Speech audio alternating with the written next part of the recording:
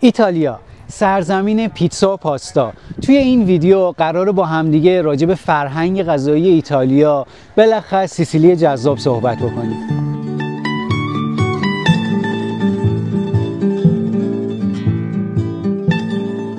توی سیسیل علاوه بر این که اون فرهنگ غذایی ایتالیایی حفظ شده، بلکه غذای لوکال خیلی خفنی دارن، از غذای دریایی خیلی خوشمزه‌شون گرفته تا فوکاچه پیدونه و غذایی که مخصوص فرهنگ خودشونه. حالا شما اینا رو در کنار مردم بسیار خونگرم و مهربونشون در نظر بگیرید.